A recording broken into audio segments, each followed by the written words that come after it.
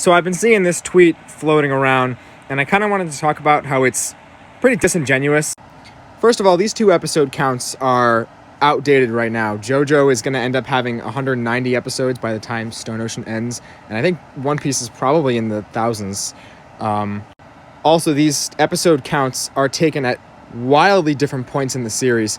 One Piece is way more caught up to the manga is than JOJO, and I'm going to show you what I mean. Both of these series were releasing in Weekly Shonen Jump, which means that the page count for every chapter was about the same. I think average page count for Jump chapters are 17 to 20-ish.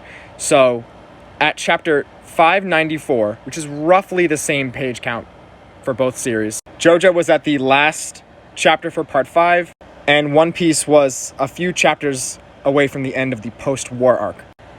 By this point in both series, JOJO adapted 152 episodes, which is again the end of part 5, and One Piece adapted 512 episodes. So to make this more accurate, by the same chapter count, which is roughly the same amount of pages, One Piece adapted almost 5 times the amount of episodes, and that's kind of bad math, but you get what I'm saying.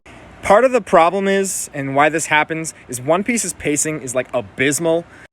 I don't watch it, but based on from what I hear and from what I can gather, some episodes adapt like half chapters, 1 chapter. I just checked one of the most recent One Piece episodes that just came out.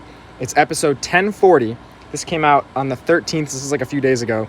It adapted chapter 1018, pages 3 through 17. So not even a full chapter.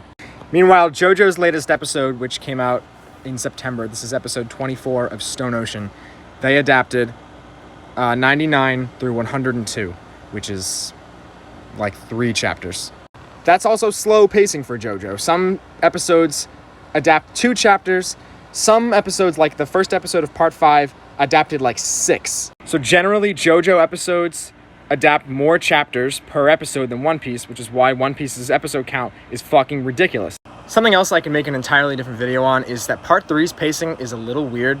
Part 3 is the 3rd shortest part of the first 6 that we're releasing in Weekly Shonen Jump, and it is the longest anime season. It has 48 episodes, which is 10 episodes more than parts 4, 5, and 6, which both have around 39 and 38. They wanted to do like a Monster of the Week sort of thing, so they stretched out a lot of arcs.